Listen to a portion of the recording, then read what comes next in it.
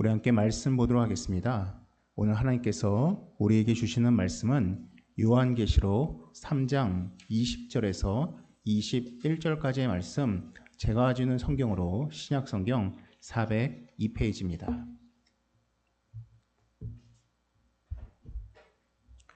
요한계시록 3장 20절에서 21절까지의 말씀, 신약성경 402페이지입니다. 요한계시록 3장 20절에서 21절까지의 말씀, 제가 읽겠습니다. 볼지어다, 내가 문 밖에 서서 두드리노니 누구든지 내 음성을 듣고 문을 열면 내가 그에게로 들어가 그와 더불어 먹고 그는 나와 더불어 먹으리라. 이기는 그에게는 내가 내 보좌와 함께 앉게 하여 주기를, 내가 이기고 아버지의 보좌에 함께 앉은 것과 같이 하리라. 아멘. 우리 오늘은 영혼을 위해 문을 열라라는 제목으로 함께 말씀을 나누도록 하겠습니다. 1901년도에 이 미국의 맥두걸이라는 의사가 한 실험을 하였습니다. 그 실험의 목적은 과연 인간의 영혼은 과연 무게가 얼마큼 될까라는 그 호기심에서 시작됐습니다. 그래서 죽음을 앞둔 양로원 환자 6명을 선택했습니다. 그리고 환자들이 사망에 임박한 것을 본 순간 그들이 누워있는 침상을 이 산업용 저울 위에 올려놓았습니다. 동시에 영혼이 없다고 생각하는 개들 15마리를 선택해서 이 독사를 통해서 또한 그들이 살아있을 때와 죽을 때의 그 무게의 차이를 확인하고자 했습니다. 그래서 나온 결과물은 개의 무게에는 변화가 없었지만은 인간의 경우에 몇몇 사람들에게 공통된 그 무게의 차이를 발견했습니다. 죽는 순간 약 21.3g의 그 무게가 줄어든 것을 확인한 것입니다. 그래서 그 사람이 한 뉴욕타임즈에 이런 기고를 했습니다. 영혼의 무게는 21g이다. 그래서 우리가 종종 이야기할 때 영혼의 무게를 지칭하여서 21g이라고 표현을 합니다. 물론 이것이 과학적으로 확실히 증명된 것은 아닙니다. 어떠한 사람들은 이건 잘못된 실험이라고도 이야기하고 또 어떠한 사람들은 맞다라고 주장하는 사람도 있습니다. 이처럼 영혼의 질량적 무게는 정확하게 알 수가 없습니다. 또한 측정하는 것이 불가능하다고도 말할 수 있습니다. 하지만 질량적 무게가 아니라 가치적 무게에 대해서는 사람마다 그 가치를 측정하는 사람들이 나뉘어져 있습니다. 대표적으로 공산주의의 정신이 되는 유물론이라는 것이 있습니다. 유물론에서는 인간을 규정할 때 가장 중요한 것이 생산과 노동입니다. 그래서 인간의 가치를 볼 때 생산과 노동의 관점에서 사람을 봅니다. 그래서 그들은 이렇게 이야기합니다.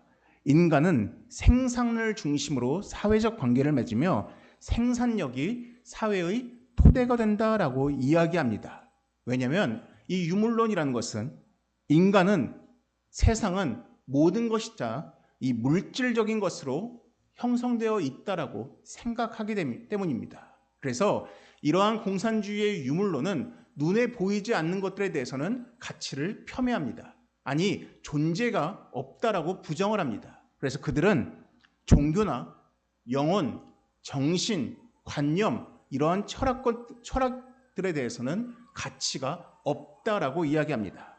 그래서 칼 마르크스가 유명한 말을 남겼습니다.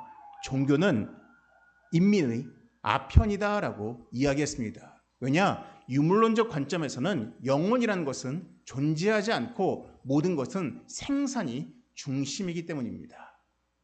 이 유물론에 극단적으로 대립되어 있는 것이 있습니다. 여러분들 중에 혹시 이게 기독교라고 생각하시면 잘못 알고 있는 것입니다. 극단적인 정반대편에 서 있는 것은 바로 영지주의라는 이단입니다. 영지주의라는 이단에서는 육체는 다 죄악입니다. 육이 원하는 것들은 다 죄악입니다. 반면에 영혼만 고결합니다.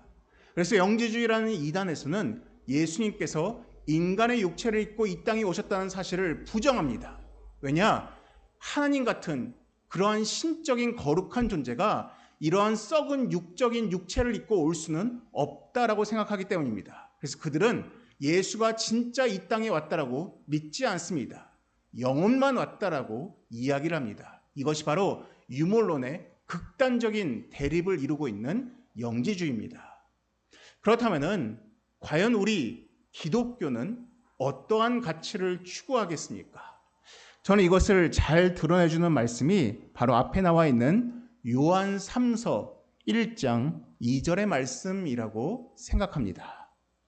1장 2절에 이렇게 나와 있습니다. 사랑하는 자여, 내 영혼이 잘된 같이 내가 범사에 잘되고 강건하기를 내가 간구하노라 라고 이야기를 하고 있습니다. 우리 기독교는 물질만을 추구하지 않습니다. 하지만 동시에 우리 기독교는 영지주의처럼 모든 것이 영의 문제라고만 치부하지도 않습니다. 기독교적 사고와는 우리의 영과 우리의 혼과 육이 더불어 잘 되는 것에 대해서 이야기를 합니다.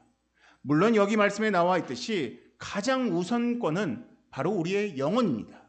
우리의 영혼이 잘 되는 것이 가장 중요하고 영혼이 잘 된 같이 우리의 범사와 우리의 육의 건강이 잘 되는 것을 우리는 원하고 있습니다. 또한 하나님도 우리에게 그렇게 바라시는 것입니다. 이처럼 기독교는 우리의 영과 혼과 육의 올바른 관계와 올바른 관계성을 이야기하지만은 그럼에도 불구하고 가장 중요한 것은 영혼이라고 이야기합니다. 영혼이 잘 되는 것이 중요합니다. 여러분, 왜 영혼이 잘 되는 것이 중요한지 아십니까?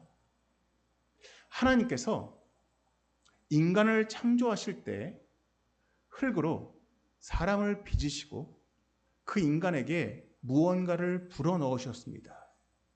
히브리어로 루아흐라고 이야기합니다. 우리 번역에는 생기라고 되어 있습니다. 영어 성경에는 스피릿이라고 되어 있습니다. 바로 영입니다. 하나님께서 인간을 창조하실 때 다른 동물들과는 다르게 인간에게만 부여하신 것이 바로 영혼입니다. 그러면서 성경은 이렇게 이야기합니다.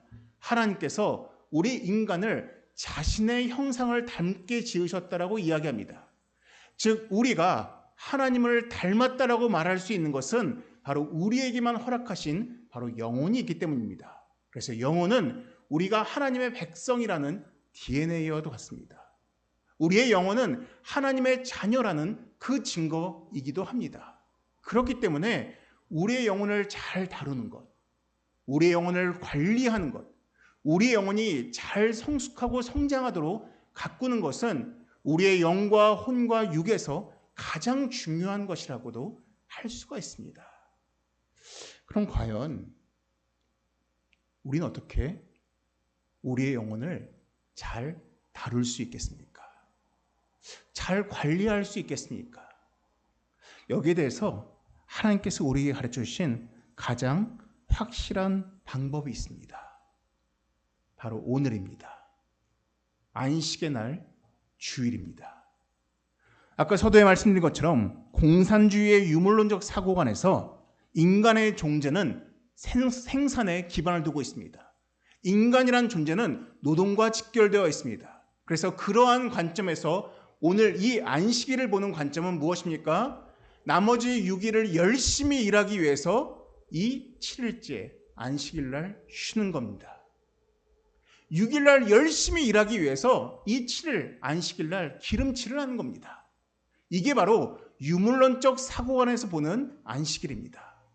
노동적 관점에서 보는 그 안식일의 이유입니다. 그럼 우리 이것을 부정해야 됩니다. 한 이스라엘 랍비가 한 주석을 쓰면서 이렇게 썼습니다. 인간은 노동하기 위해서 태어난 동물이 아니다라고 이야기했습니다. 유물론을 배격하는 것입니다. 인간의 존재가 노동이나 생산성에 있다는 것을 거부하는 것입니다. 그렇다면 우리 하나님께서 우리에게 주신 이 안식일의 본질은 무엇입니까? 이 안식일은 하나님께서 우리에게 허락하신 이 안식일은 하나님과 인간, 인간과 인간, 우리 인간과 내 주변 사이의 그 모든 것들과의 관계를 다시 회복하는 날입니다. 우리 믿는 자들에게 안식일이란 유물론적 사고관의 사람들처럼 6일 동안 열심히 일하기 위해서 쉬는 날이 아니라 도리어 반대로 6일 동안 열심히 일하는 그 목적이 바로 이 안식일 날 온전히 쉬기 위함에 있다라는 것입니다. 그런 의미에서 가장 중심이 되는 순간은 바로 지금 이 순간입니다.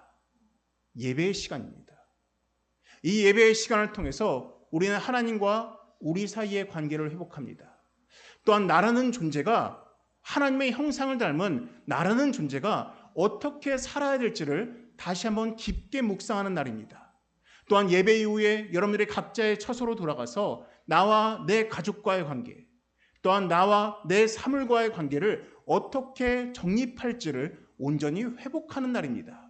여러분, 그러한 의미에서 이 안식의 날과 또한 예배는 참으로 우리의 영혼을 위해서 중요하다라고 말할 수가 있습니다. 그러한 관점에서 그러한 온전한 회복을 누리지 못하는 한 공동체가 있습니다. 바로 라오디게아 교회 공동체입니다. 요한계시록에서 사도 요한은 자신이 심호하던 7개의 교회에 편지를 썼습니다. 그 7개의 교회 중 마지막 교회가 바로 오늘 본문에 나오는 라오디게아라는 교회였습니다. 아마 여러분들 요한계시록을 좀 읽어보신 분들이 있다면 라오디게아 교회에 관련돼서 가장 유명한 말씀이 바로 3장 15절과 16절입니다. 이렇게 나와 있습니다. 내가 내 행위를 아노니 내가 차지도 아니하고 뜨겁지도 아니하도다. 내가 차든지 뜨겁든지 하기를 원하노라. 그렇지 않으면 토하여 버리리라. 여러분, 이 말씀이 라오디게아 교회와 관련돼서 가장 유명한 말씀 중에 하나입니다. 근데 더불어서 또 하나의 유명한 말씀이 바로 오늘 본문입니다. 20절에 볼지어다 내가 문 밖에 서서 두드리노니라는 이 말씀입니다. 사실 이 말씀은 이 문자적인 말씀보다는 어떠한 이미지, 형상으로, 그림으로 더 많이 알려져 있습니다. 바로 앞에 보여지는 그림입니다. 아마 여러분들 이 그림을 보신 적이 있을 것입니다. 그래서 예수님께서 문 밖에서 빛을 들고 등불을 들고 이 문을 두들기는 장면입니다. 많은 분들은 이게 어떤 이 본문의 원작이라고 아시는 분들이 있습니다. 사실 그렇지 않습니다. 이 말씀에 물 배경으로 그린 원작이 있습니다. 바로 이 그림입니다. 이 그림은 이 영국의 화가 이 윌리엄 홀먼 헌트라는 화가가 1851년도에 그린 바로 세상의 빛이라는 작품입니다.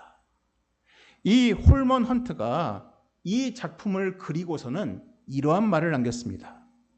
나는 내가 이것을 그리기에 합당하지 않은 사람이지만 단순히 이것이 좋은 소재가 아니라 하나님의 명령이라고 생각하고 저는 이 그림을 그렸습니다. 그러면서 이런 말을 덧붙입니다. 그림 속 문에는 손잡이가 없으므로 안에서만 열 수 있습니다. 이것은 완고하게 닫힌 사람의 마음을 묘사하기 위함이었습니다. 라고 이야기를 하였습니다. 손잡이가 없습니다. 밖에서 열지를 못합니다. 안에서만 열 수가 있습니다. 근데 그 안에 사람이 허락을 잘 해주지 않습니다. 이게 바로 완고한 사람의 마음이라는 것입니다. 근데 20절의 말씀, 볼지어다 내가 문 밖에 서서 두드리노니 누구든지 내 음성을 듣고 문을 열면이라는 이 말씀은 너무 어이가 없는 구절입니다. 왜 어이가 없는지 아십니까? 여러분, 이 말씀을 누구한테 하고 있습니까? 라오디게아 교회 공동체에게 말하고 있습니다. 교회가 어떠한 공동체입니까? 예수를 주로 고백하고 예수와 함께 동행하고 예수를 예배하겠다라고 시인하는 공동체가 바로 교회 공동체입니다. 그러면 교회 공동체라면 당연히 응당 그 교회 안에는, 공동체 안에는 예수님이 있어야 됩니다. 예수님이 부재하실 수가 없습니다. 교회 공동체는 예배를 드리고 말씀을 읽고 기도하는 공동체인데 어떻게 이 공동체 안에 예수가 없을 수가 있습니까? 어떻게 예수가 밖에 있으면서 문을 열어달라고 두들길 수가 있습니까? 얼마나 이 교회 공동체가 문제가 있는지를 보여주는 구절인 것입니다. 예수를 주로 고백하는 공동체임에도 불구하고 예수가 없는 교회의 모습입니다. 네, 여러분, 이것은 우리가 그렇게 될 수도 있는 것입니다. 여러분도 그렇게 될 수가 있는 것입니다. 내가 교회를 주일에 오긴 오는데, 예배의 자리에 앉아있긴 있는데, 내가 예수를 주로 고백하긴 고백하는데, 문제는 내 안에 예수가 없습니다. 내 안에 주님이 없습니다. 심지어 그 사실을 알지도 못합니다. 도리어 예수님이 문 밖에서 문을 열어달라고 두들기는데도 불구하고 내 안에 예수가 있는지 없는지도 모르는 그러한 무지한 상태에 있을 수가 있다는 것입니다. 라오디게아 교인들이 그러했습니다. 교회라는 이름은 있는데 예수가 그곳에 없습니다. 왜 예수님은 함께 거하자라고 이렇게 문을 두들기고 계시겠습니까? 왜 문을 열어달라고 말씀하고 계시겠습니까? 20절과 21절 이렇게 나옵니다. 문을 열면 내가 그에게로 들어가 그와 더불어 먹고 그는 나와 더불어 먹으리라 라고 말씀하십니다. 함께 먹겠다고 하십니다. 그러면서 더불어 이렇게 이야기하십니다. 이기는 그에게는 내가 내 보좌에 함께 앉게 하여 주기를 이라고 이야기하십니다. 너가 내 말씀에 순종하고 나를 붙잡고 너가 이 영적 전쟁에 이기면 내가 너를 보좌에 앉게 해 주겠다라고 말씀을 하십니다. 그럼 많은 분들은 이 구절을 읽고 여기서 끝 하고 마침표를 찍습니다. 네, 여러분들 그렇지 않습니다. 이 말씀이 계속 이어집니다. 잘 따라와 보십시오. 4장 1절입니다. 이후에 내가 보니 하늘에 문이 있습니다. 근데 이 문은 라오디게아 교회의 교인들의 마음의 문과는 전혀 다릅니다. 라오디게아 교회의 마음의 문은 닫혀 있는데 천국에 있는 그 문은 활짝 열려 있습니다. 그리고 주님이 이렇게 말씀하십니다. 이리로 올라오라. 누구든지 오라라고 이야기하십니다. 초청하고 계십니다. 여러분, 이 문이 왜 라오디게아 교인들에게 말씀한 그 문과 연결되는지 아십니까? 4장 2절에 이렇게 나와 있습니다. 내가 곧 성령에 감동되었더니 보라 하늘의 보좌를 베풀었고 라고 이야기하십니다. 아까 21절에 뭐라고 했습니까? 내가 너를 보좌에 앉게 해주겠다라고 하셨는데 지금 사도 요한에게 보좌를 만들어 놓고 그 자리를 베풀고 계십니다. 예수님과 함께 거하는 곳이 바로 천국입니다. 4장부터 7장까지는 바로 이 천국의 모습, 예수님이 함께 거할 때 무엇을 누릴 수 있는가를 4장부터 7장까지 이야기하고 있습니다. 여러분들 7장 9절과 10절을 보십시오.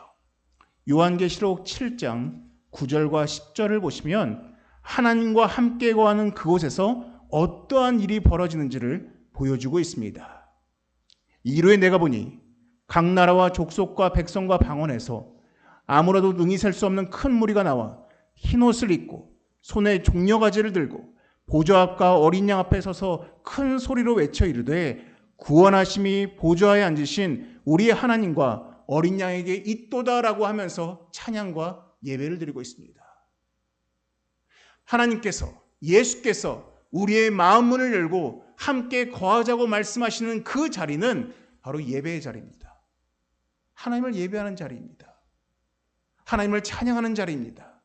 근데 그 가운데 어떠한 은혜가 있는지 아십니까?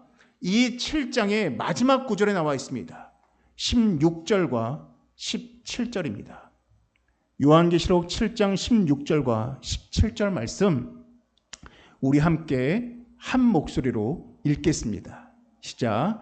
그들이 다시는 줄이지도 아니하며 목마르지도 아니하고 해나 아무 뜨거운 기운에 상하지도 아니하리니 이는 보좌 가운데 계신 어린 양이 그들의 목자가 되사 생명수 샘으로 인도하시고 하나님께서 그들의 눈에서 모든 눈물을 씻어 주실 것임이라. 아멘. 아까 라오디게아 교인들을 향해서 주님께서 문을 열라라고 하셨습니다. 그러면서 뭐라고 하십니까? 내가 너와 함께 먹겠다라고 하셨습니다. 그 말씀의 완성이 바로 7장 16절과 17절입니다. 그들이 다시는 줄이지 아니할 것이다. 다시는 목마르지 아니할 것이다. 다시는 눈물을 흘리거나 애통하지 않을 것이다. 내가 너희의 눈물을 닦아주겠다라고 하십니다. 이것이 바로 주님께서 우리와 함께 거하시기를 원하는 이유, 또한 우리가 주님과 함께 거해야 되는 이유, 특별히 이 안식일 날 예배 가운데서 우리가 가장 회복해야 되는 본질의 것을 말해주고 있는 것입니다. 주님은 우리가 마음 문을 열고 함께 거하길 원하십니다. 왜냐? 우리에게 주기 원하시기 때문입니다. 우리의 영적인 먹을 것과 우리의 영적인 해갈과 우리의 영적인 위로와 안위를 바로 주님과 함께 거하면서 우리에게 허락해 주기를 원하시기 때문입니다. 근데 여러분 딱 보면은 너무 좋은 것 같은데 그러면 이왕 다 알면 그냥 주일날 와서 하나님을 예배하고 이걸 누리면 될 텐데 왜 이게 어려운지 아십니까? 왜 라오디게아 교인들이 왜 안 하는지 아십니까? 왜 우리들도 왜 가끔씩 주일날 예배드리는 것이 때로는 힘들게 느껴지고 왜 이것이 나의 우선순위에 밀리고 왜 자꾸만 다른 곳에 가고 싶은지 아십니까? 라오디게아 교인들을 통해서 알 수가 있습니다. 3장 17절에 나옵니다. 요한계시록 3장 17절. 왜 라오디게아 교인들이 예수님과 함께 거하지 않는지를 명확히 말해주고 있습니다. 17절에 이렇게 말합니다. 내가 말하기를 나는 부자라 부유하여 부족한 것이 없다 하나 내 곤고한 것과 가련한 것과 가난한 것과 눈먼 것과 벌거벗은 것을 알지 못하는도다 라고 이야기합니다. 쉽게 말해서 무슨 말인지 아십니까? 이 라오디게아 교인들은 유물론적 사고관에 갇혀있는 모습을 보여주고 있습니다. 그들에게 영혼은 중요하지가 않은 것입니다. 그들에게는 물질이 중요합니다. 돈이 중요합니다. 눈에 보이는 것이 중요합니다. 그러니 지금 당장 내 눈에 보이는 물질이 가득하니까 만족을 하고 있습니다. 더 큰 문제, 영혼에 대해서는 전혀 신경 쓰지 않습니다. 왜냐? 이들에게 영혼은 가치가 없기 때문입니다. 무가치하기 때문입니다. 영혼을 무가치하게 여기는 사람들은 영적인 눈이 멀기 마련입니다. 영혼을 무가치하게 여기는 사람들은 영적인 가치의 것들이 무엇인지 알지 못하기 때문에 취하지 않습니다. 그래서 그들을 향해서 17절에 뭐라고 말하고 있습니까? 5가지로 이야기하고 있습니다. 첫째, 너희는 참 곤고하다. 무슨 말입니까? 비참하다는 뜻입니다. 너희가 돈은 많을지 모르겠지만 너희의 영혼은 참 비참하다. 두 번째가 무엇입니까? 참 가련하다. 너가 정작 비싼 옷은 입고 있는데 참 불쌍하다. 세 번째가 무엇입니까? 너희가 가난하다. 너희는 부유하지 않다. 너희는 가난하다. 네 번째가 무엇입니까? 너희가 영적으로 눈이 멀었다. 마지막으로 무엇입니까? 너희가 벌거 벗었다라고 이야기하고 있는 것입니다. 여러분들은 어떠한 가치관으로 살아가고 계십니까? 혹시 여러분들 유물론적 사고관으로 살고 있지 않으십니까? 그리스도인이라는 이름은 있지만은 여전히 물질에 매여가지고 물질이 없으면 불행하고 남보다 적게 가지고 있으면 불행하고 남보다 적게 누리고 있으면 비참하다는 말을 하고 계십니까? 죄송하지만 그러한 분은 영적인 가치관이 아니라 여전히 유물론적 가치관에 묶여있는 분들입니다.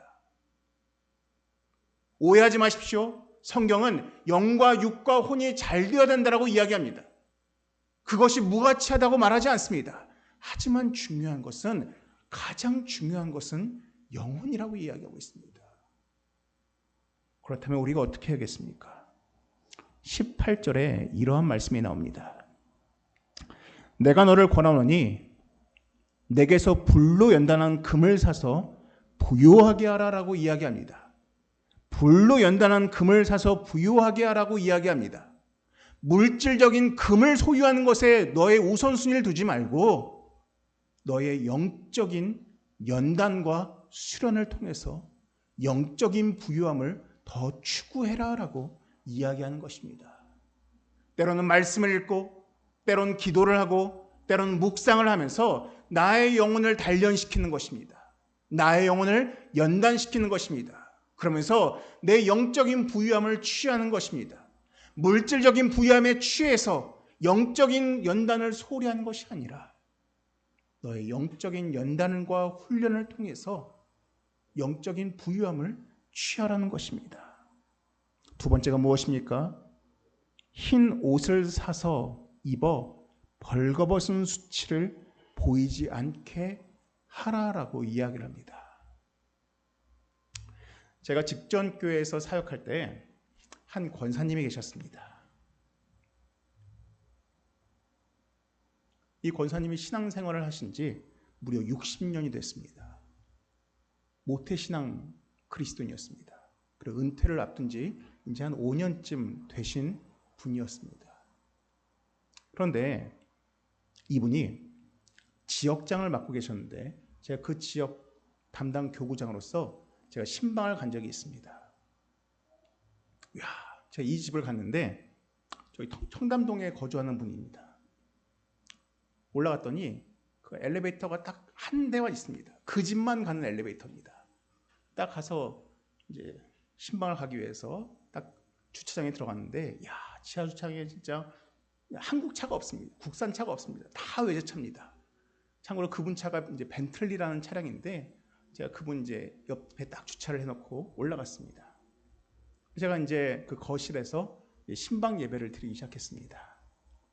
그래서 이제 한 옆에 있던 한 다른 집사님이 이야기했습니다.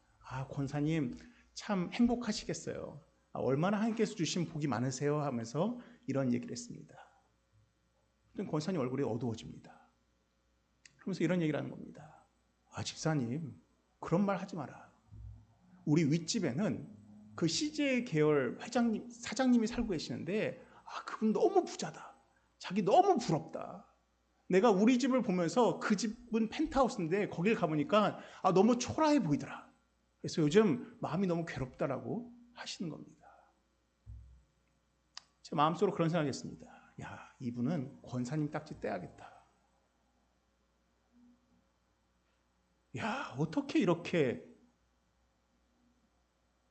어떻게 60년 넘게 신앙생활을 하신 분이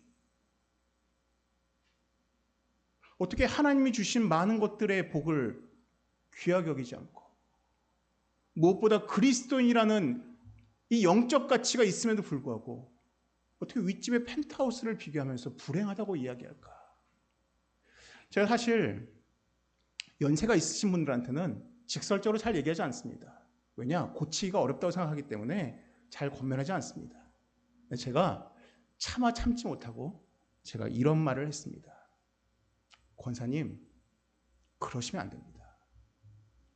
권사님, 하나님께서 권사님에게 주신 이 많은 복들이 있는데 무엇보다 권사님을 위해서 주께서 십자가에 못 박혀 흘리신 피가 있는데 어떻게 그렇게 윗집의 펜트하우스를 비교하면서 불행하다라고 하십니까? 권사님 그러시면은 정말 안 됩니다 라고 권면을 드렸습니다. 여러분들은 어떻습니까?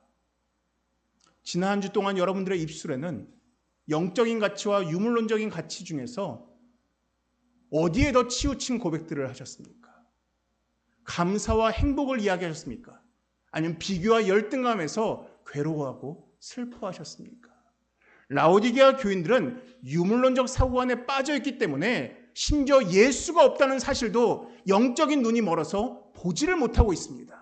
얼마나 비참합니까? 얼마나 가련합니까? 얼마나 불쌍합니까?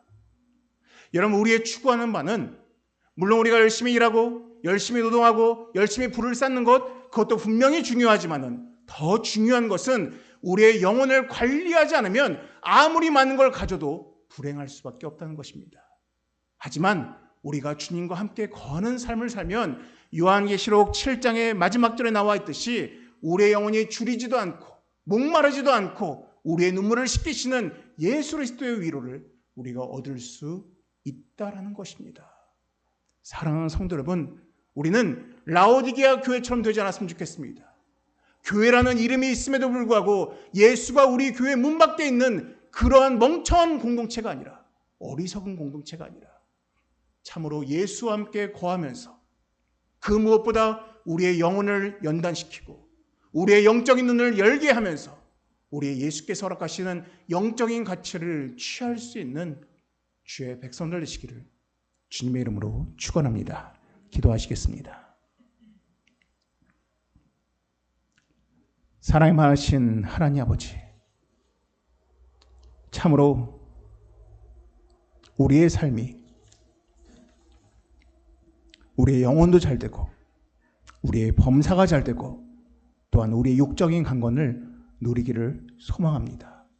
하지만 무엇보다 우리의 영혼을 연단하고 우리의 영혼을 훈련시키고 무엇보다 예수와 함께 거하며 주를 예배함을 통하여서 줄이지도 않고 목마르지도 않고 우리의 눈물을 씻겨주시는 예수의 위로를 얻기를 소망하오니 주님, 우리와 항상 함께 거하여 주시고 우리와 동행하여 주시옵소서.